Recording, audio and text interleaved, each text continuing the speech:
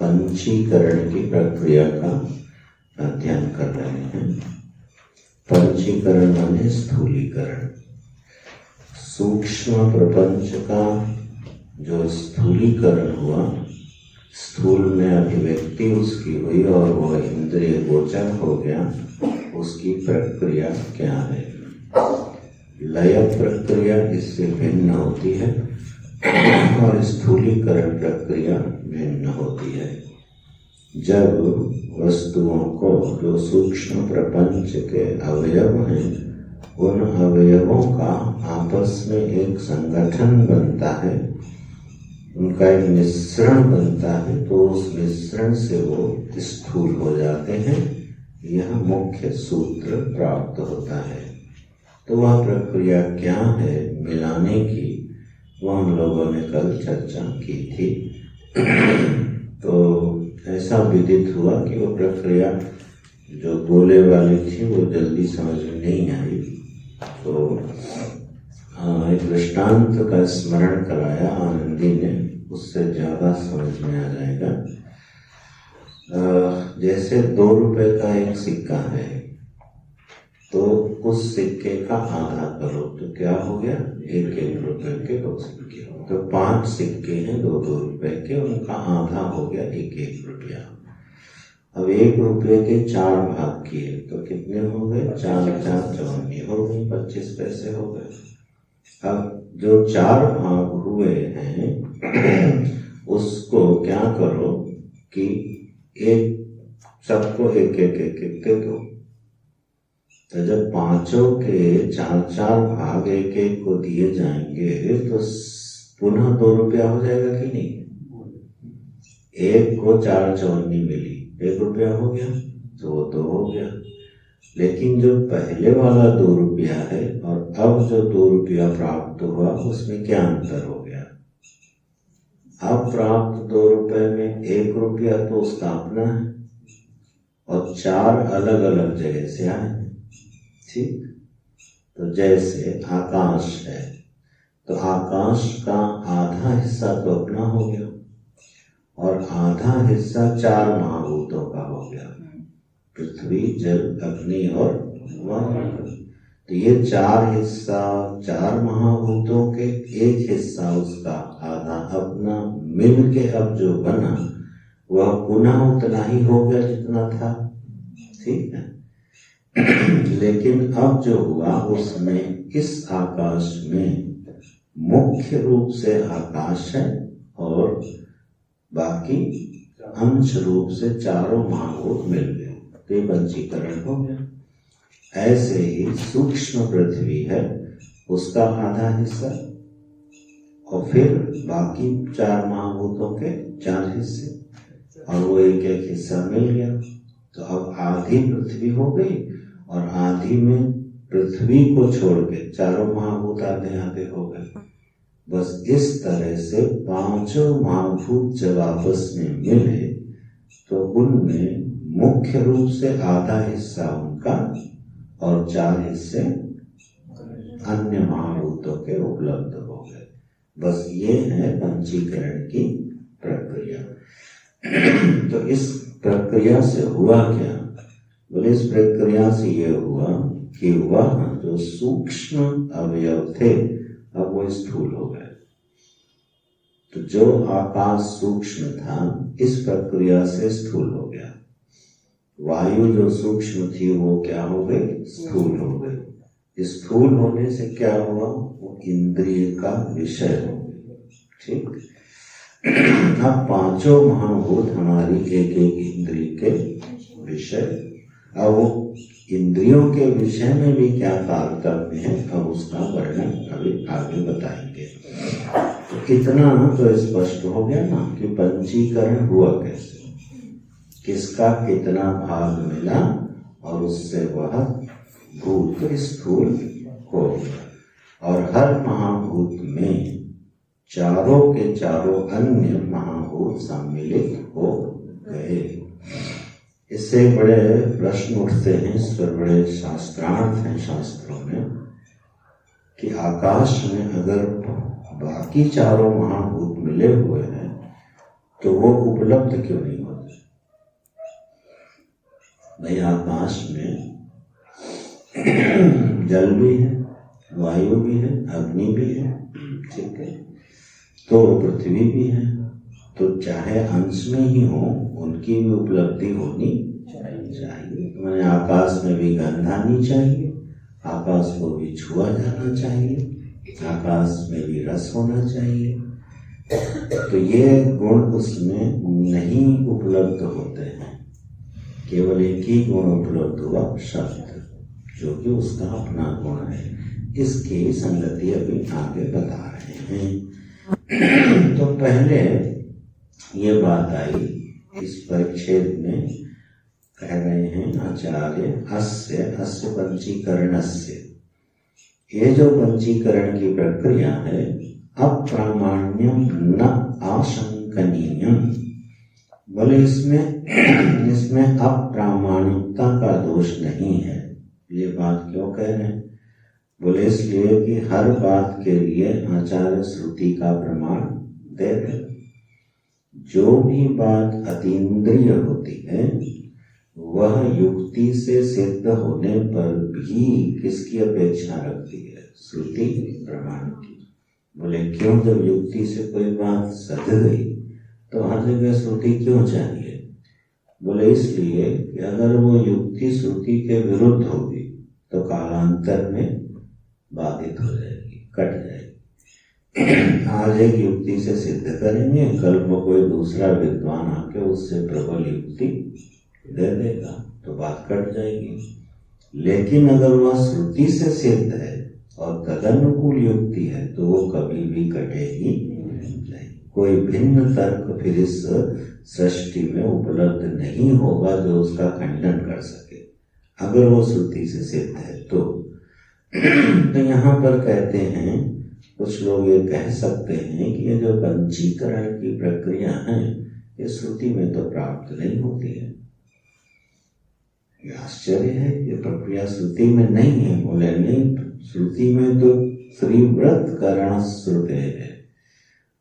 छांदोग्य की श्रुति में किससे उत्पत्ति मानी है? 3 महाभूतों से, ठीक है, 5 से तो नहीं मानी।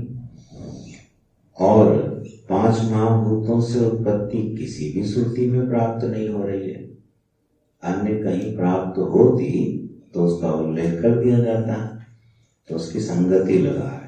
त्रिव्रत करण श्रुते है, ऐसा जब श्रुति में नहीं है तो पंचीकरण से अपि उपलक्षणत्वात्, इस पंचीकरण का उपलक्षण से उसी में शामिल कर लेना चाहिए। माने वहां 3 का वर्णन भले हो, लेकिन जब पूरा वर्णन आप पढ़ोगे तो 5 भूतों का वर्णन वहां पर मिल जाएगा। इसको बोलते हैं उपलक्षण से। जो बात नहीं कही गई है उसको भी समझ लेना चाहिए। जैसे पत्र लिखते हो ना, लिखा थोड़ा है, समझना ज्यादा। लिखा अपनी बात कहे तो दी है हमने, लिखा तो थोड़ा है लेकिन समझ लेना, तो उसका मतलब उपलक्षण से वो समझ लेना जो हमने नहीं कहा। पहले पत्र लिखे जाते थे, अंतर्देशी देखे आप लोगों ने, नीले रंग वाले, तो वो पत्र आया करते थे, उस पे लिखा रहता था, किसी ने अपनी समस्याओं का वर्णन शुरू किया। ठीक, इस बार फसल अच्छी नहीं हुई, अनाज कम हुआ, गौ भी जो है वो विदा हो गई, उसका शरीर पूरा हो गया, कन्या बड़ी है, उसकी शादी का खर्च जुटाया जा रहा है। ठीक है, ये सब लिखते लिखते अंतिम पंक्ति क्या लिखता था? शेष सब कुशल है। शेष सब, अब शेष बचा क्या? ठीक, तो वहां ये समझ लेना कि वाकई में परेशानी बहुत है, शेष में कुछ नहीं है। ऐसे उपलक्षणात्मक वाक्य बहुत बोले जाते हैं। तो जब पंचीकरण से बात कही गई है तो वह श्रुति में जहाँ 3 भूतों से प्राप्त है वहां पर भी उसका तात्पर्य है कि पंचभूत शामिल हैं। और वैसे भी 5 विषय हैं, 5 इंद्रियां हैं, तो 5 भूत होने ही चाहिए। अगर नहीं कहा है श्रुति ने तो उसको वहां समा लेना चाहिए। इसलिए प्रामाण्य नहीं है ऐसा शंका नहीं करनी चाहिए। आज मैं टीका देख रहा था, आचार्य ने जिन्होंने लिखी है, सुंदर, वैसे विस्तार बहुत अच्छा किया विद्यार्थियों की दृष्टि से, क्योंकि यह ग्रंथ पढ़ाया जाता है विद्यालय में, इसलिए वो पंडित जी ने टीका भी उसी के अनुरूप समझा के लिखी है। उसमें उन्होंने जगह लिख दिया कि यह बात भगवान शंकराचार्य जी ने भी कहीं उद्धृत नहीं की है। पंचीकरण की प्रक्रिया का उल्लेख भगवान शंकराचार्य जी ने भी नहीं किया है, लेकिन तत्वबोध जो ग्रंथ लिखा है उसमें पंचीकरण की पूरी प्रक्रिया है। और फिर विद्यारण्य स्वामी जी का ग्रंथ जो पंचदशी है उसमें भी पंचीकरण की प्रक्रिया प्राप्त होती, ये सभी आचार्यों से अनुमोदित है। तो यहाँ हो गया पंचीकरण, स्थूलीकरण की प्रक्रिया। चलो इसी विषय में हम एक बात कह दें। स्थूलीकरण की प्रक्रिया है और एक लय प्रक्रिया है। कभी आप लोग पढ़ोगे तो उसका भी सूत्र मन में बिठा लेना।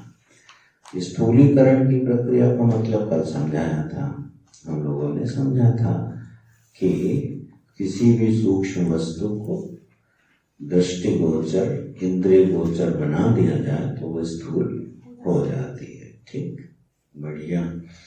तो ये तो हो गया स्थूलीकरण का। लेकिन किसी वस्तु को स्थूल से सूक्ष्म करना हो तो ये प्रक्रिया जटिल है। सूक्ष्म को स्थूल करना आसान होता है, लेकिन स्थूल को सूक्ष्म करना थोड़ी जटिल प्रक्रिया। इस पर वैज्ञानिक लोगों ने भी बहुत ज्यादा काम नहीं किया है, क्योंकि लय कौन अभ्यास करेगा, सबको उत्पत्ति चाहिए। इसके लिए जो श्रुति है, श्रुतियां हैं, जो विधि है कि लय प्रक्रिया में क्या होता है, जो कार्य है उसका जो मुख्य गुण है, जब उस गुण का कर्षण कर लो तो वो वस्तु सूक्ष्म हो जाती है। जैसे पृथ्वी का गुण है गंध, गंध गुण का जब कर्षण कर लो, उससे गंध गुण खींच लो तो वो जल में विलीन हो जाएगी, सूक्ष्म हो जाएगी। स्थूल पृथ्वी से अगर गंध खींच ली जाए तो वो जल में विलीन हो जाएगी। जल से रस खींच लो, वो अग्नि में चला जाएगा। अग्नि से रूप खींच लो तो वो वायु में चला जाएगा। वायु से स्पर्श खींच लो तो वो आकाश में चला जाएगा। ठीक है, और पीछे चले जाओगे तो ब्रह्म तक पहुंच जाओगे। ठीक है, अहम से उसकी परिच्छिन्नता छीन लो तो ब्रह्म में विलीन हो जाएगा। तो ये लय प्रक्रिया कठोपनिषद में प्राप्त होती है, अन्य उपनिषदों में भी प्राप्त है। किसी का लय करना, सूक्ष्म करना हो, माने उसको उसके कारण में विलीन कर दो। कब विलीन करोगे, जब उसका मुख्य गुण उससे खींच लो। ठीक है, तब तो ये सूक्ष्म को स्थूल और स्थूल को सूक्ष्म करने की प्रक्रियाएं हैं। अब बात आगे कहते हैं, पंचानाम पंचात्मकत्व समाने भी। ये जो पांचों महाभूत हैं, इनमें पंचात्मकत्व समान है। पंचात्मकत्व धर्म हो गया है ना। जहां ये लग जाए घटत्व पटत्व, वहां समझ लेना वो धर्म विशिष्ट की बात हो रही है। तो पांचों महाभूत में पंचात्मकत्व समान है, माने पांचों भूत पंचभूतात्मक हैं। स्थूल जो भूत हैं उसमें पांचों हैं कि नहीं, अभी पढ़ा पंचीकरण। आकाश में भी पांचों हैं, वायु में भी पांचों हैं, अग्नि में भी, जल में भी और पृथ्वी में। पंचात्मकत्व समान होने पर भी घटना क्या घट रही है, तेषु च, उन पंचभूतों में एक न्याय लगा, वैशेष्यातत्वाद तत्वाद। बोले जिसकी प्रमुखता होगी उसी के गुण की अभिव्यक्ति होगी और उसको उसी से कहा जाएगा। इति न्यायेन आकाशादि व्यपदेशः संभवति। जिसमें जिसकी प्रमुखता होगी उसको उसी नाम से जाना जाएगा और उसी गुण की उसमें अभिव्यक्ति होगी, भले ही उसमें बाकी भी मिले हुए हों। जैसे हम लोग मनुष्य हैं, ठीक है, तो क्योंकि इसमें मनुष्यत्व धर्म की प्रधानता है, लेकिन बाकी जड़त्व पशुत्व आदि धर्म भी हैं कि नहीं। पशुत्व जड़त्व आदि धर्म भी हैं इसमें, लेकिन फिर भी हमारी संज्ञा मनुष्य क्यों है, क्योंकि मनुष्य प्रधान है। तो प्रधान होने से हमारी संज्ञा मनुष्य पड़ गई। ये न्याय है, न्याय माने तर्क है। ये तर्क है कि जहां जिसकी बहुलता होगी उसकी पहचान उसी से बनाई जाएगी। तो आकाश है, उसमें आकाश प्रधान है, बाकी सारे अल्प मात्रा में, इसलिए उसकी संज्ञा क्या हो गई, आकाश। इसी तरह पांचों महाभूतों की प्रधानता से संज्ञा हो गई। बोले इस प्रधानता की संज्ञा होने से हुआ क्या, अब ध्यान देना। तदानीम, उस स्थिति में आकाशे शब्दोभिव्यज्यते। आकाश में किस गुण का प्रकाशन होगा? शब्द का। तो बोले बाकी चार, बोले बाकी चार का नहीं होगा। बाकी चार उसमें क्या है? विलीन हुए हैं, अभिव्यक्त नहीं हो पा रहे हैं, स्थूल नहीं हो पा रहे हैं। तो इसलिए आकाश में उसका गुण शब्द प्रधानता से रहा और बाकी सब विलुप्त हैं। दूसरा लोग वायु। वायु में दो गुण उपलब्ध हो गए, शब्द और स्पर्श। अब यहाँ पे दो क्यों हो गए? वायु अगर प्रधान है तो फिर वायु में भी कितने अपना ही गुण उपलब्ध होना चाहिए था, लेकिन वायु में आकाश का भी गुण क्यों उपलब्ध हो गया? क्योंकि वायु आकाश का कार्य है और कार्य में अपने कारण का गुण आएगा ही आएगा। तो कार्य कारण संबंध होने से वायु दो गुण प्रधान हो गई। शब्द गुण आया आकाश से अभिव्यक्त हुआ और स्पर्श गुण उसका अपना हो गया। तो वो दो गुणों से संपन्न हो गई। बड़ी सुंदर प्रक्रिया है सृष्टि की। अच्छा, तीसरा आ जाओ। वायु शब्द स्पर्शो। अच्छा, अग्नौ, अग्नि में क्या हुए? शब्द स्पर्श अग्नौ। अग्नि में आ गए शब्द स्पर्श रूपाणी। शब्द स्पर्श और रूप, ये तीन गुण अग्नि में आ गए। तो शब्द आया आकाश से, स्पर्श आया वायु से और रूप अग्नि का अपना गुण है। तो अग्नि का गुण रूप है, माने जहां जहां रूप दर्शन है वहां वहां क्या होगा? अग्नि होगी। वायु का दर्शन नहीं होता, वायु आंख से नहीं दिखती ना। क्यों नहीं दिखती? क्योंकि वहां रूप गुण अग्नि नहीं है, इसलिए नहीं दिखती। अगर उसमें अग्नि का रूप गुण होता तो वायु भी आंख से दिखाई देती। तो रूप गुण अग्नि का है। यह जो सूर्य है, यह सूर्य क्या है? अग्नि। चंद्रमा क्या है? अग्नि है। विद्युत क्या है? अग्नि है। ठीक है। स्थूलता में उसका प्रतीक स्वर्ण को माना जाता है, स्वर्ण को अग्नि कहा गया है। ठीक है। अग्नि दिखाई देती है, तो विद्युत अग्नि हो गई। तो आकाश नहीं दिख रहा है, दिख क्या रहा है? अग्नि। रूप गुण किसका है? अग्नि का। और उस किस इंद्रिय से ग्रहण होगा? नेत्र से। रूपक गुण अभी आगे बताएंगे। रूपक गुण का ग्रहण किससे है? नेत्र से। अब जहां रूप गुण होगा विद्यमान, वही तो नाक से दिखेगा, और जहां रूप गुण नहीं होगा वो फिर आंख से। जैसे वायु आंख से नहीं दिखती, आकाश आंख से नहीं दिखता ना। ये कल्पना बनती है कि जो दिख रहा है ये आकाश है। ये आकाश अवकाश देने के कारण उपलक्षणा से इसका अनुमान होता है। आकाश का अपना गुण क्या है? शब्द है। चलो, आकाश पे उलझ गए तो यहीं रह जाओगे। आकाश पे बड़ी मीमांसाएं हैं शास्त्र में। अच्छा, तो अग्नि का हो गया रूप गुण। तो यह चंद्रमा भी अग्नि है। जो जो प्रकाशमान वस्तु होगी वहां अग्नि अवश्य होगी। अब देखो, चंद्रमा सूर्य के प्रकाश से तो प्रकाशित है, केवल वो क्या हो गए? शीतल हो गया, धर्म बदल गया उसका। तो चलो चाहो बुद्धि लगाओ। अग्नि का गुण शास्त्र ने रूप बताया और उष्णता भी बताया, ठीक है ना। लेकिन प्रधान गुण क्या है अग्नि का? रूप। उष्णता उसका औपाधिक धर्म है, दाहकता उष्णता, ये क्या है? औपाधिक धर्म। अग्नि का अपना मुख्य गुण क्या है? रूप।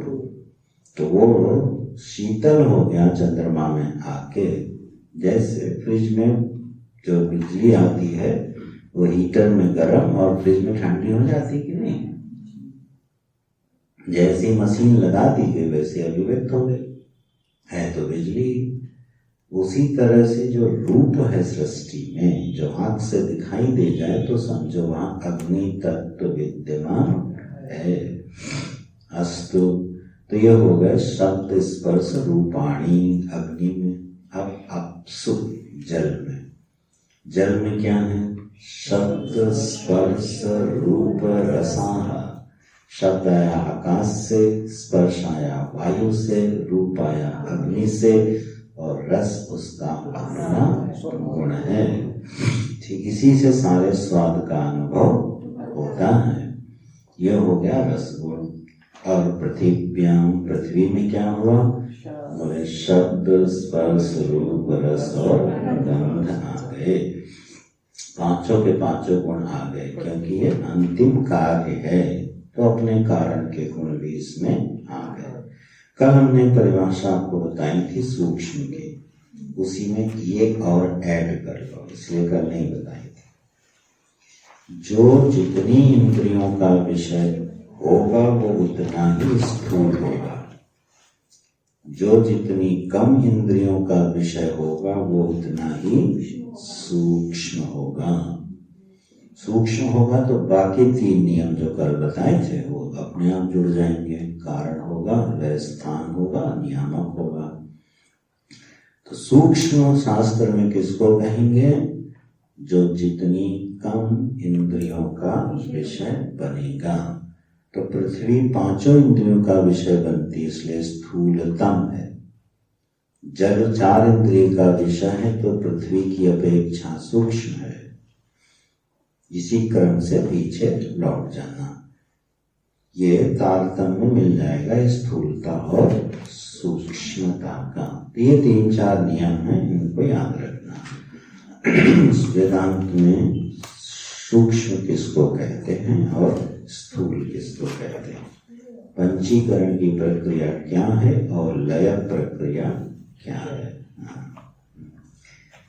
लय प्रक्रिया निवृत्ति प्रधान लोगों के लिए है और पंचीकरण प्रक्रिया प्रवृत्ति प्रधान लोगों के लिए। जो प्रवृत्ति प्रधान है, रजोगुणी है, वो क्या करते हैं? मिला मिला के नई नई चीजें बनाते रहते हैं, आविष्कार करते रहते हैं, अनुसंधान करते रहते हैं।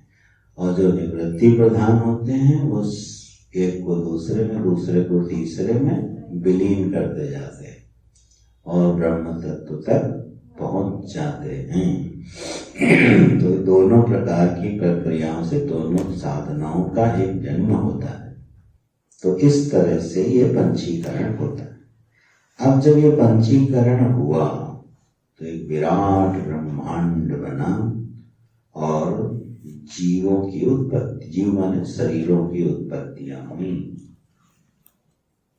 उसका बड़ा सुंदर वर्णन कर रहे हैं।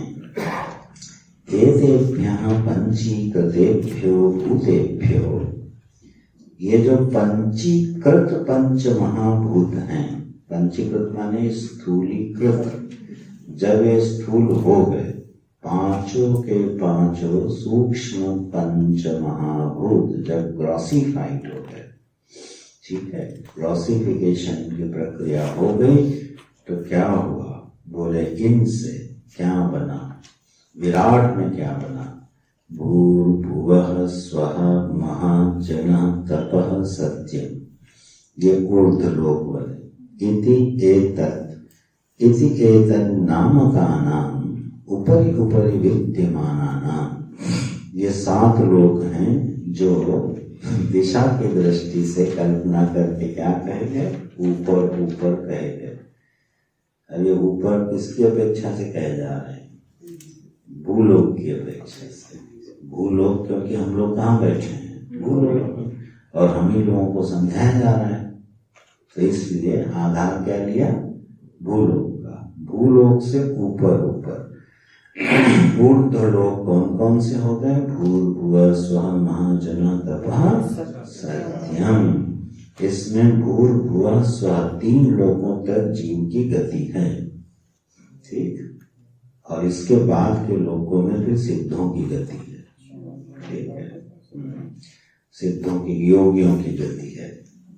सत्य लोक में जो पहुंच गया फिर वो लौट के नहीं आता, और ब्रह्मा के साथ ब्रह्म में विलीन हो जाता है, ठीक है। अच्छा, तो ये 7 ऊर्ध्व लोक बने जिसमें जीव अपने कर्मानुसार जाता है। ऊपरी ऊपरी विद्यमान और अधोलोक क्या हुए?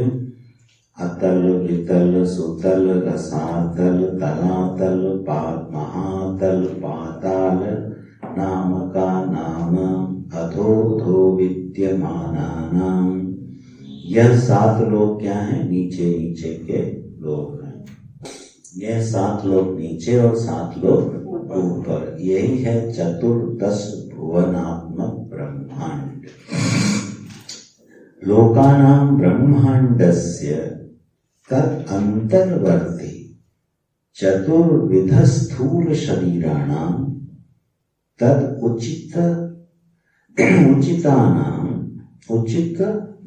उचितानां अन्नपानादीनां च उत्पत्तिर्भवति। अब आई काम की चीज, ठीक। 14 भुवनों की उत्पत्ति हो गई, बोले ठीक। बोले इनके अंतर्वर्ती माने इन्हीं 14 लोकों के मध्य में, बीच में, माने इन्हीं 14 लोकों में क्या हुआ? बोले चतुर्विध स्थूल शरीराणाम, 4 प्रकार के स्थूल शरीरों की उत्पत्ति हुई। अच्छा, बोले और कुछ? बोले तद उचिता नाम अन्नपानादीना। बोले फिर उन सब के योग्य उचित अन्न पान आदि की भी उत्पत्ति हुई। पहले 14 ब्रह्म भुवन बने, फिर 4 प्रकार के शरीर बने। ये जरा ऋषि प्रज्ञा देखो कि पूरे ब्रह्मांड को कैसे व्याख्या कर रहे हैं, और इससे भिन्न मिलेगी नहीं, जिसको कहीं खंडित नहीं कर सकते। 4 प्रकार के शरीर हैं, आगे बताने लगा। 4 प्रकार के शरीरों की उत्पत्ति हुई इन 14 भुवनों में। और जब शरीर बन गए तो उनको क्या चाहिए? खाना पीना चाहिए। तो उचित अन्न, जिस शरीर के लिए जो अन्न पान उचित है उसके लिए उस अन्न पान की व्यवस्था भी बन गई, वो अन्न पान उत्पन्न हो गए। तो अधोलोक वालों के लिए क्या उत्पन्न हुआ? तमाम प्रकार की रस सामग्री जिसमें मदिरा भी शामिल है, ठीक। मद्यपान, ये मद्य कहाँ से बना? 4 प्रकार के शरीर बने। अब जिसको जौन सा अन्न पान उचित लगता है उसके लिए वो अन्न पान वहां उपलब्ध है। उस लोक में उसी अन्न पान की बहुलता होगी जिसमें उस तरह के लोग रहते होंगे। जैसे मछली है, अब मछली को जल चाहिए, तो ऐसी जगह चाहिए जो क्या हो? जल प्रधान हो। तो वो अधोलोक में जो जल प्रधान है उसमें मछली की उत्पत्ति हुई। और मछली ही नहीं, उस समुद्र में, सागर में जितने प्रकार के योनियां और शरीर हैं, बड़ा आश्चर्य होता है कि अभी हम लोगों ने से उसमें 10% ही देखे होंगे, ठीक है, क्योंकि बाकी ऊपर आते ही नहीं है।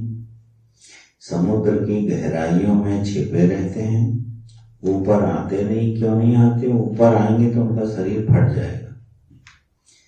जो वाटर प्रेशर है ना, जितना चाहिए उनको, वो एक लेवल से ऊपर आते ही फट जाएगा, इसलिए वो कभी ऊपर आते नहीं। और व्हेल मछली से भी बड़े बड़े, कई गुना बड़े बड़े जंतु विद्यमान हैं, और उनके विद्यमान होने से हम लोगों की मोटर गाड़ी चलती। मालूम होगा ना, कुछ तो विज्ञान वाले बच्चे होंगे। जो पेट्रोल आता है, क्रूड ऑयल, वो क्या है? जो जितने जंतु हैं समुद्र में उनके शरीर की चर्बी, पिघली हुई जो चर्बी है वही क्रूड है, उसी को समुद्र में पाइप डाल डाल के निकाला जाता है। ठीक, वो कभी ऊपर नहीं आते। ये भगवान की जी विचित्र विशाल सृष्टि है, पूछो नहीं। तो वो उनका उचित अन्न पान जहां पर उपलब्ध है उस तरह से उसकी व्यवस्था की जाती है। अब एक बात ध्यान रखना कल की, हम लोगों में से अगर किसी ने भी ऐसा संकल्प कर लिया, ठीक, क्या कि समुद्र की गहराइयों में जाके देखें कि वहां कितने तरह के जंतु रहते हैं, और संकल्प पक्का करते गए, तो फिर अगली बार कहाँ जाओगे? सीधे वही एंट्री है। प्रकृति निर्माण करना शुरू कर देगी। जाओ भाई तुम समुद्र की गहराई में, ठीक है। चिड़ियों को देख के गीत मत गाना, क्या पंख होते तो उड़ाते। हमारे भी पंख होते तो हम भी उड़ते। अब अगर ऐसी कल्पना प्रगाढ़ हो जाएगी तो फिर जाओ भैया, उड़ो जाके। संकल्पानुसार ही उचित अन्न पान और लोग प्राप्त होते हैं, केवल इसको समझ लो, ठीक है। तो इस प्रकार से ये चतुर्दश भुवनात्मक एक ब्रह्मांड बना। ये एक ब्रह्मांड है, इस ब्रह्मांड के एक ब्रह्मा है, उसी के सप्तऋषि हैं, फिर उसी में मनु है, फिर उसी में इंद्र है, फिर उनकी पूरी मिनिस्ट्री है, जो भागवत में वर्णन है। एक ब्रह्मांड की ऐसे कितने ब्रह्मांड है? अनगिनत। ठीक है, वैसे श्रुति में गणना करके बताया कितना, 3.5 कोटि करोड़। मुक्ति को उपनिषद ने बताया 3.5 करोड़ ब्रह्मांडों की उपलब्धि है। चलो, तो यह एक ब्रह्मांड हुआ, इसके एक ब्रह्मा होते हैं। ऐसे अनेकों ब्रह्मांड जिसको हम लोग गैलेक्सीज बोलते हैं ना, एक एक गैलेक्सी, सबके अपने अपने गुणधर्म होते हैं, वहां उचित अन्नपान होता है। तो यह उत्पत्ति हुई, क्या किससे उत्पत्ति हुई? जब पंच महाभूत जो सूक्ष्मावस्था में थे, जब आपस में मिले तो क्या बन गया? विराट ब्रह्मांड बन गया। ठीक, उसमें एक ब्रह्मांड का विश्लेषण करके बता रहे हैं। इतने लोग हैं और 4 प्रकार के शरीर हैं। ठीक, 4 प्रकार के शरीर कौन कौन से हैं? तब बताए, चतुर्विध शरीराणि तु, 4 प्रकार से जो शरीर हैं, जरायुज, अंडज, उद्भिज, स्वेदजाख्यानि। क्या परफेक्ट गणना की है, देखो। जितने जीवों की उत्पत्ति इन चतुर्दश भुवन लोकों में हो रही है, वो कितने प्रकार के हैं? 4 प्रकार से ही उत्पन्न हो रहे हैं। यहाँ एक प्रश्न आएगा, अन्याय को बता देता हूँ, इसमें संकल्प सृष्टि का उल्लेख नहीं है, मानसी सृष्टि का वर्णन इसमें नहीं है। तो 4 प्रकार के ये शरीर उपलब्ध होते हैं। बोले ठीक है, जरायुज कौन है? तो जरायुजानी, जरायुभ्यो जातानी मनुष्य पश्वादीनी। बोले जो जन्म लेते समय नाल से बंधे रहते हैं, उनको बोलते हैं जरायुज। युज माने जोड़ना, जरा माने वो नाल। उस नाल से जो बंध के उत्पन्न होते हैं, इसलिए एक नालोच्छेदन संस्कार होता है 16 संस्कारों में। ऐसे जो प्रजातियां, जो शरीर हैं, वो कौन कौन है? मनुष्य पश्वादीनी। मनुष्य और तिर्यक जो पशु हैं, वो जब संतानोत्पत्ति होती है तो वो नाल से बंधी रहती है, इसलिए उसको क्या नाम पड़ा? जरायुज। ठीक। बोले दूसरे प्रकार के शरीर बताओ। बोले अंडजानी, अंडेभ्यो जातानी पक्षी पन्नगादीनी। बोले एक सृष्टि ऐसी है जो अंडे से उत्पन्न होती है, अंडा फोड़ के बाहर आती है। वो कौन है? बोले पक्षी हैं, पन्नग हैं। पन्नग माने सर्प, पन्नग भूषण बोलते हैं भगवान शिव को, इसीलिए सर्प जिनके आभूषण हैं ऐसे पन्नग भूषण शिव जी। पन्नग माने होता है सर्प आदि की योनियां। तो पक्षी हैं, ये सर्प हैं, ये कैसे आते हैं? अंडों से आते हैं। तो ये दूसरे प्रकार के शरीर हो गए। आप तीसरे प्रकार के सुनो। उद्भिज्यानि भूमिम उद्भिद्य जातानि, जो पृथ्वी को फोड़ करके उत्पन्न होते हैं, उनको क्या बोलेंगे? उद्भिज, ऊपर की ओर उठते हैं, पृथ्वी फोड़ के बाहर निकल आते हैं। वो है लता वृक्ष आदि। जितने इस प्रजाति के हैं जो धरती फोड़ के बाहर आते हैं उनको उद्भिज कहेंगे, जैसे वृक्ष हैं और लताएं हैं। अच्छा, स्वेदजानि, स्वेद माने होता है पसीना। तो स्वेदेभ्यो जातानि, जो पसीने से उत्पन्न हो जाते हैं, नमी से उत्पन्न हो जाते हैं, वो हैं यूका मशक आदिनी। यूका माने जुआ, जू, और मशक माने मच्छर। मच्छर और जुएं जो पैदा होते हैं वो कैसे होते हैं? स्वेद से पैदा हो जाते हैं। इसीलिए सिर में जुएं हो जाते हैं। सिर में जो पसीना आता है और जो उसका ठीक से प्रक्षालन नहीं होता, साफ सफाई नहीं होती है, तो उसी स्वेद से क्या जन्म ले लेते हैं? जुएं। और मच्छर कहाँ से आते हैं? जब ह्यूमिडिटी होती है नमी होती है मौसम में, तो वहाँ क्या पैदा हो जाते हैं? इसलिए अधिक गर्मी में और अधिक सर्दी में मच्छर नहीं होते। बरसात में मच्छर बहुत होते हैं, क्योंकि उस समय वातावरण में होती है ह्यूमिडिटी, नमी होती है। तो उस स्वेद से उत्पन्न होने वाले ये शरीर हैं। तो क्या समझा रहे हैं? पंचीकरण की प्रक्रिया जब हुई तो पहले तो ब्रह्मांड की उत्पत्ति हो गई, फिर उन ब्रह्मांडों में शरीरों की उत्पत्ति हुई, और शरीर फिर 4 प्रकार के। तो जितने भी हमको शरीर दिखाई देते हैं उनकी कैटेगरी 4 ही है। या तो अंडे से आएंगे, या पृथ्वी फोड़ के आएंगे, ठीक है, या नाव से बंधे हुए आएंगे, और या तो फिर स्वेद से आएंगे। 5वां कोई मिले तो बताना ढूंढ के, कोई वैरायटी मिले अलग से। मानसी मैंने अलग कर दिए, ठीक है। मानसी सृष्टि छोड़ करके शरीरों में अगर कोई भिन्न प्रकार मिले तो उसको खोजना। तो इस प्रकार से ये 4 शरीरों की प्राप्ति हो गई। ये स्थूलीकरण की प्रक्रिया का हिस्सा है। कैसे यह सूक्ष्म प्रपंच स्थूल होता है, फिर कितने प्रकार के शरीर बनते हैं, फिर वो कैसे इंद्रियवान होते हैं, और कौन सी इंद्रिय को कौन सा देवता अनुग्रहित करके उसका प्रवर्तन कराता है, ये आगे बताने वाले हैं। अब देखो, ये 4 प्रकार की सृष्टि बनाई। उस दिन जो आए थे अपने आचार्य जी, वो बता रहे थे ना, अंडों का सेवन कैसे होता है ना। जो अंडे हैं, जैसे मछली अपने अंडों का सेवन कैसे करती है? दृष्टि से।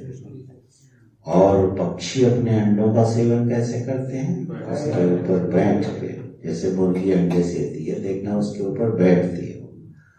और मछली दृष्टि से कर लेती है, और कछुआ चिंतन से कर लेता है, संकल्प से अपने अंडे का सेवन कर लेता है। इस तरह से ये सब और विस्तार है चीजों की।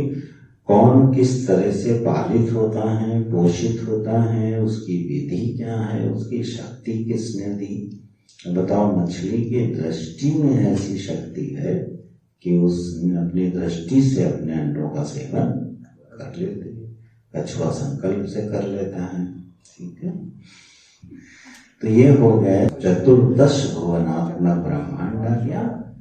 और 4 प्रकार के शरीर आ गए। ये स्थूल सृष्टि का वर्णन है।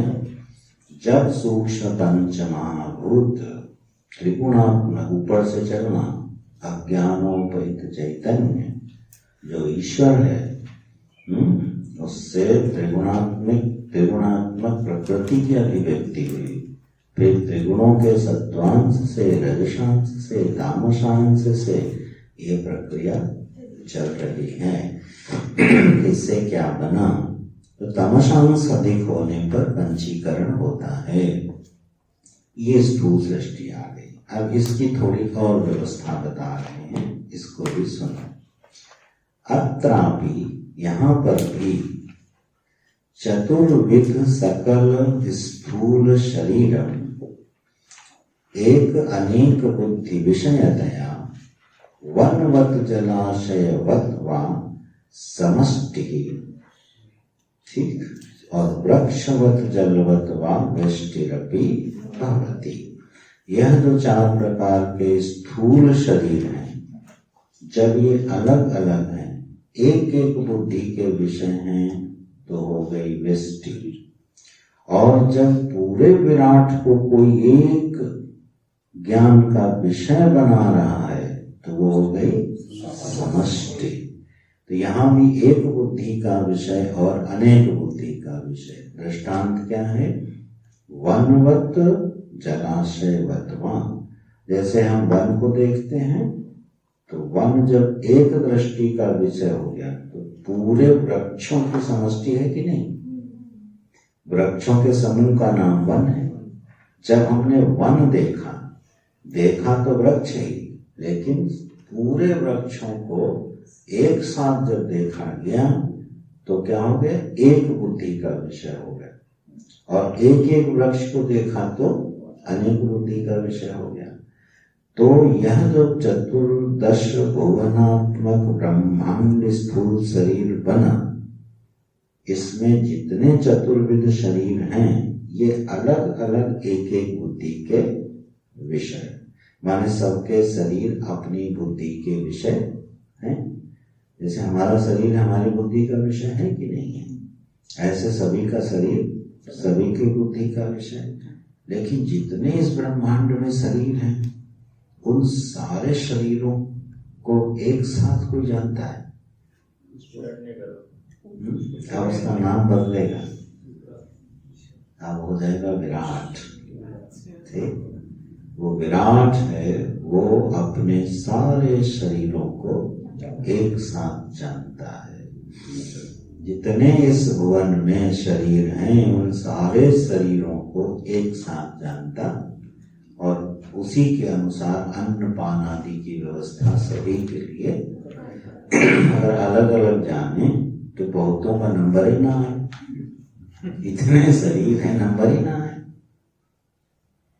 सबके लिए, सबके संकल्पानुसार जो शरीर मिला है, उसके लिए उचित अन्न पान की व्यवस्था एक साथ होती है कि नहीं होती? चाहे वो एक छोटा सा कीट हो, ठीक है, और चाहे हाथी हो, चाहे मनुष्य हो, कितने प्राणी, कितने शरीर हैं यहाँ, और सभी अपना अपना अन्न प्राप्त कर रहे कि नहीं कर रहे? कई बार स्ट्रीट डॉग्स जो होते हैं, उनको देख के लगता है कि इनको खाना कहाँ से मिलता होगा, इतनी बड़ी संख्या में होते हैं। उससे ज्यादा आनंद आता है हमको उनको देख के। वृषभ जो घूमते हैं ना, जरा उनका स्वास्थ्य देखो। क्या हर शहर में, ऐसा कोई शहर मैंने नहीं देखा जहाँ पे वृषभ का स्वास्थ्य बढ़िया ना हो, और दिन भर कहाँ घूमते हैं? सड़कों पे। उनको कोई पालने वाला भी नहीं, और इतना खाना भी समझ में नहीं आता कि जितना से उनका आहार है, इतना आहार उनको कहाँ से मिलता होगा। लेकिन सब स्वस्थ रहते हैं कि नहीं? जबरदस्त स्वस्थ रहते हैं। देखो सबकी व्यवस्था कौन कर रहा है? वही विराट। भाई उसने संकल्पानुसार शरीर दिया है, प्रारब्धानुसार भोजन भी देगा, ठीक है। तो वो जब तक प्रारब्ध उसकी आयु का है, उसको भोजन मिलेगा ही मिलेगा। ये व्यवस्था विराट के पास रहती है। अत्यधिक अधर्म होने से व्यवस्था कहीं कहीं थोड़ी बहुत बिगड़ती दिखाई देती है। अच्छा, तो यह विराट एक व्यष्टि की दृष्टि में है और एक समष्टि की दृष्टि में है। तो वनवत जलाशयवत ये हो गई समष्टि की दृष्टि, वृक्षवत और जलवत ये हो गई व्यष्टि। ये दृष्टांत देखो शुरू में लिया था, अभी तक चल रहा है। एक दृष्टांत लिया, उससे कितनी चीजों को खोलते चले जा रहे हैं। ये व्यष्टि समष्टि का विभाग हो गया। अब एतत् समष्टि उपहितं चैतन्यं वैश्वानरो विराट इति उच्यते। क्या नाम पड़ गया? विराट और वैश्वानर नाम पड़ गया। किसका नाम पड़ा? विराट के अभिमानी का। फिर से कर्म याद सजा लो दिमाग में। समष्टि अज्ञान से जब चैतन्य वस्तु संबद्ध हुई, उपहित हुई, तो उसका नाम पड़ा ईश्वर। ठीक है। समष्टि सूक्ष्म शरीरों से जब चैतन्य उपहित हुआ तो उसका नाम पड़ा सूत्रात्मा, हिरण्यगर्भ और प्राण। और जब यह सृष्टि स्थूल हो गई तो चतुर्दश भुवनात्मक ब्रह्मांड और अनेक ब्रह्मांड जो है वो सब जब एक साथ किसी की दृष्टि के विषय बन गए तो उसका नाम पड़ा विराट, उसका नाम पड़ा वैश्वानर। दो नाम पड़े इसके।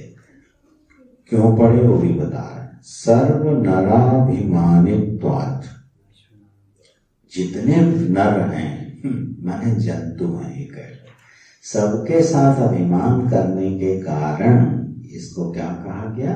विराट। और विविधम राजमानत्वाच्च, और अपने आप को विविध रूपों में प्रकाशित कर देता है ये, इसलिए इसका नाम पड़ा वैश्वानर। नहीं, पहले का नाम वैश्वानर और दूसरे का नाम। चलो उसको सरल करके समझ लो। जो विराट नाम पड़ा, विराट का अर्थ होता है प्रकाशित होना, विशेष रूप से शोभायमान होना। विराजते, शोभते, राजते, उससे शब्द बना विराट। माने अब जो स्थूल होकर के परमात्मा क्या होने लगा? शोभायमान होने लगा। स्थूल सृष्टि बन गया, चतुर्दश भुवनात्मक लोक बन गया, अतल वितल सुतल आदि, भूर्भुवः स्वः जन आदि, ये विविध विविध प्रकार के चित्र विचित्र सृष्टि के रूप में, स्थूल सृष्टि के रूप में उपलब्ध हो गया। इसलिए इसका नाम पड़ा विराट। ठीक। जब भी विराट शब्द आए तो अर्थबोध क्या होना चाहिए? संपूर्ण स्थूल सृष्टि, संपूर्ण स्थूल जगत वो है विराट।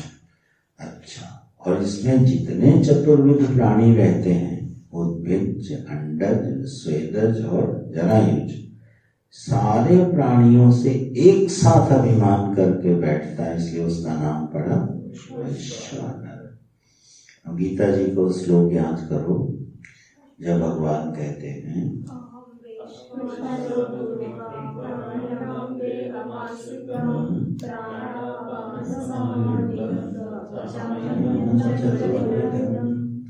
मैं 4 प्रकार से जो अन्न खाए जाते हैं, प्राणी नाम, अहम वैश्वानरो भूत्वा प्राणी नाम। प्राणी नाम जितने इस स्थूल शरीरधारी मनुष्य, पशु, स्वेदज आदि प्राणी हैं, उनमें मैं वैश्वानर होकर के उनके खाए हुए अन्न को क्या करता हूँ? पचाता हूँ, है ना, उसका विभाग करता हूँ। तो ये है वैश्वानर। तो जितनी स्थूल प्राणी हैं इस ब्रह्मांड में, सबके भीतर एक शक्ति विद्यमान है, उसका क्या नाम है? वैश्वानर। यही वैश्वानर जो है, यही विराट है, इसकी उपासना की जाती है। ठीक है। छांदोग्य उपनिषद में बड़ा सुंदर प्रकरण आता है। कोई ऋषि आया तो राजा ने कहा, अच्छा तुम वैश्वानर के उपासक हो। तो उसने कहा, मैं वैश्वानर का समग्र उपासक नहीं हूं, कृपया मुझे वैश्वानर की उपासना का ज्ञान प्रदान करें। ठीक। तो उसने कहा, अभी तुम अल्प मात्रा में वैश्वानर को जानते हो, मैं तुम्हें समग्र वैश्वानर की उपासना का ज्ञान देता हूं। ऐसे संवाद मिलेंगे सुक्ति में। तो वैश्वानर उपासक जो होता है वो कभी भूखा नहीं होता, उसके यहाँ प्रचुर मात्रा में अन्न पान आदि भरा रहता है। जो वैश्वानर की उपासना करता है, वैश्वानर की उपासना कैसे की जाती है? करपात्री जी का हमने बताया था, जब वो भोग लगाते तो क्या भावना करते? यह अन्न जो मैं ग्रहण करने जा रहा हूं, यह उस वैश्वानर परमात्मा को प्राप्त हो गए, और वैश्वानर परमात्मा को प्राप्त होने के कारण अखिल कोटि ब्रह्मांड में जितने चतुर्विध प्राणी हैं, यह भोजन सभी को प्राप्त हो जाएगा।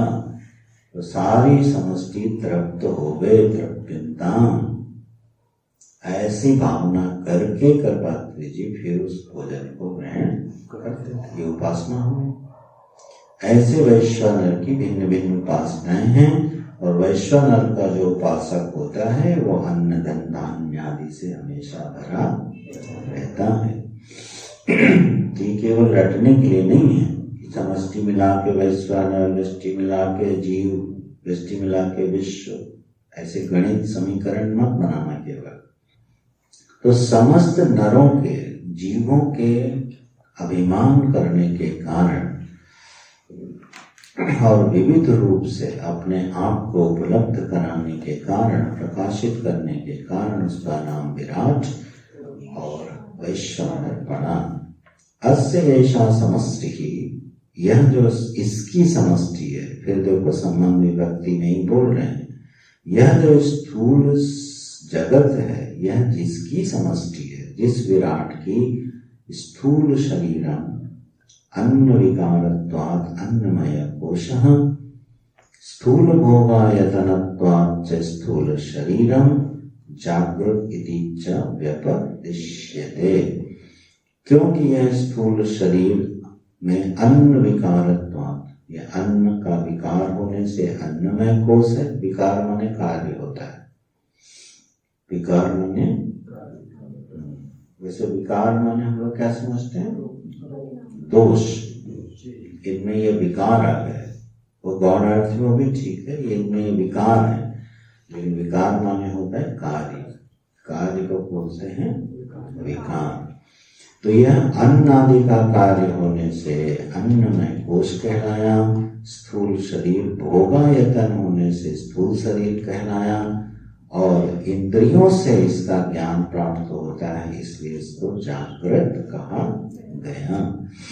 तो जागृत अवस्था हो गई, स्थूल शरीर हो गया, अन्नमय कोश हो गया, और ये भोगायतन हो गया। भोगायतन माने होता है भोग का आश्रय स्थान।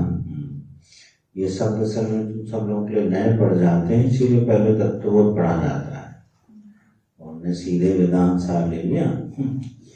कोई बात नहीं, तो 4 बार पढ़ोगे तो हो जाएगा। भोगायतन माने होता है, आयतन माने स्थान होता है, ठीक है।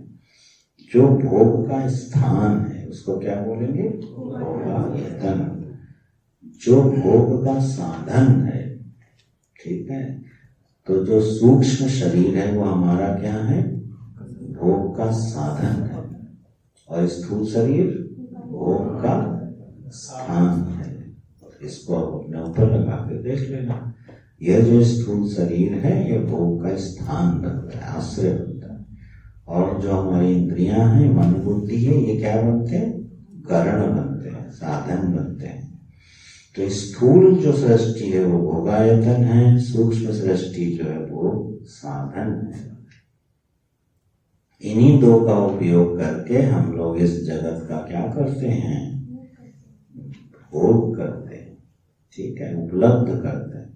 भोग शब्द आते ही एक नकारात्मक भाव आता है मन में कि भोग करना, ठीक, लेकिन इंद्रियों के द्वारा अपने विषय को उपलब्ध कराने का नाम है भोग। विषयोपलब्धि का नाम है भोग। ये कोई निंदनीय शब्द नहीं है। हाँ, वो निंदनीय बाद में बनेगा जब स्वधर्मानुसार धर्मादि का विभाग होगा, तब उसमें वो नकारात्मकता या सकारात्मकता का आधान किया जाएगा। विषय की उपलब्धि का नाम है भोग। क्योंकि जब यह सृष्टि स्थूल हो जाती है तो ये भोग का स्थान बन जाती है, माने उपलब्धि का स्थान बन जाती है। अब हम आंख से देख सकते, हाथ से छू सकते हैं, जिह्वा से चख सकते हैं, है ना। ये साधन सुविधा हमको उपलब्ध हो गई जब ये स्थूल हो गया। इसी से एक सिद्धांत देखो जन्म लेता है, क्या, भोग साधन तो हो और भोगा यतन ना हो तो नरक है कि नहीं।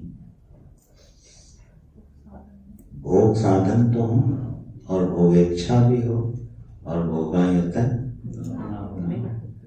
वृद्धावस्था में क्या होता है, भोगेच्छा भी है और भोग साधन भी, क्योंकि इंद्रियां कभी बूढ़ी, अंतःकरण कभी बूढ़ा नहीं होता, ठीक है ना। वो युवा जवान भी नहीं होता, ठीक, वो हमेशा वैसे रहता है, तृष्णा वैसी रहती है।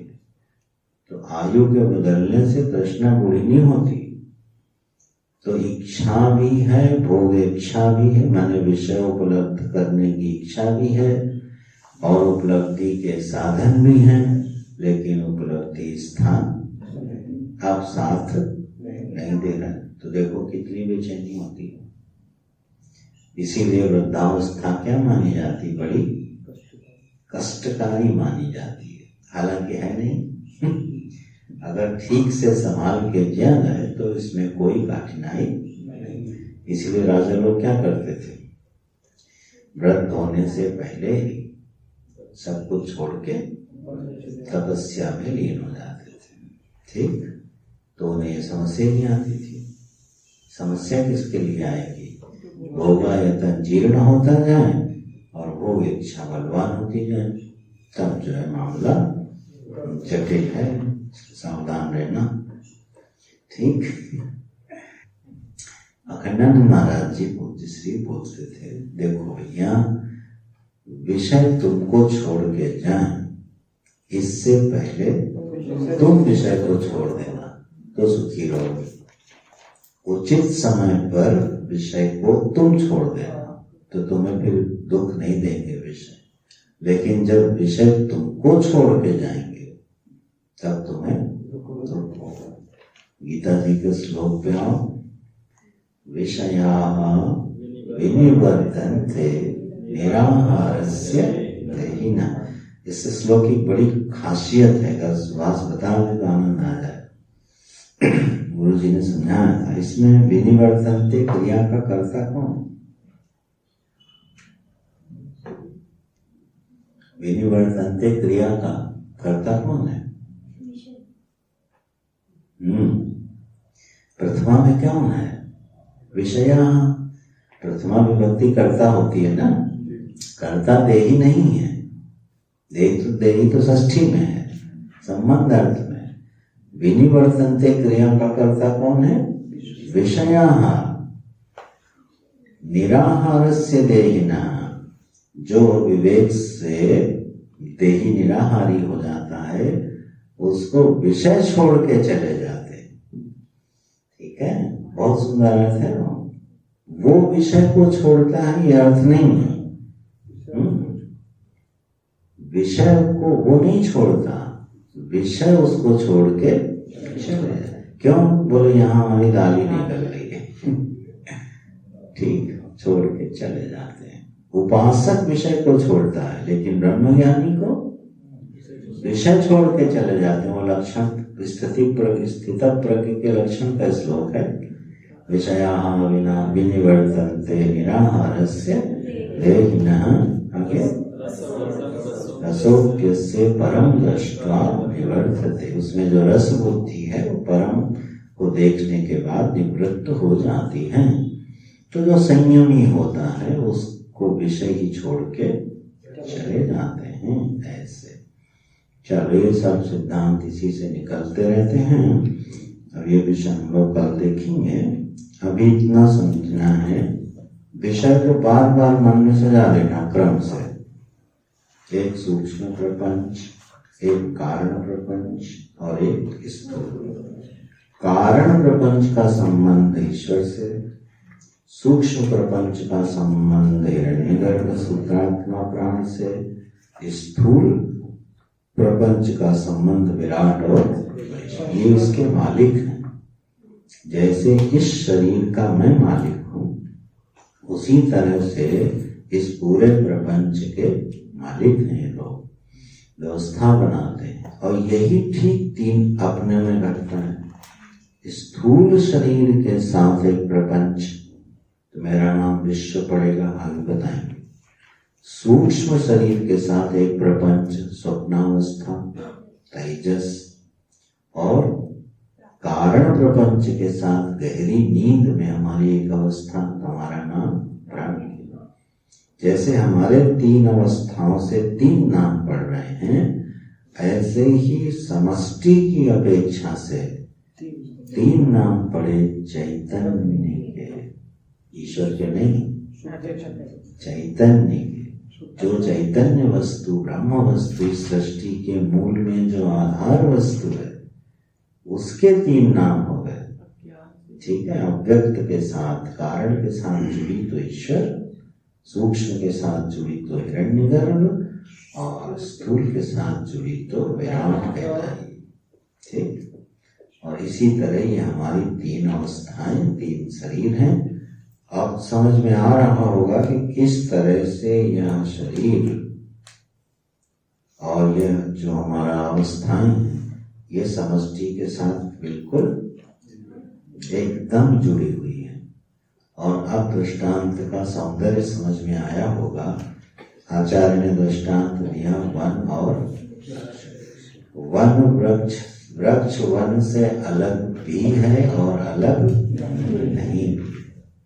जिस तरह से वन वृक्ष के संबंध से सिद्धि हो रही है वृक्ष की और वन की, दोनों संबंधित हैं और प्रभाव भेद से भिन्न भी हैं, उसी तरह से हम सभी जीव इस समष्टि से व्यक्ति रूप से अलग भी हैं और समष्टि रूप से उससे एक होके जुड़े हुए हैं। इसी से उपासनाएं होती हैं। नारायण। ओम पूर्णमदः पूर्णमिदं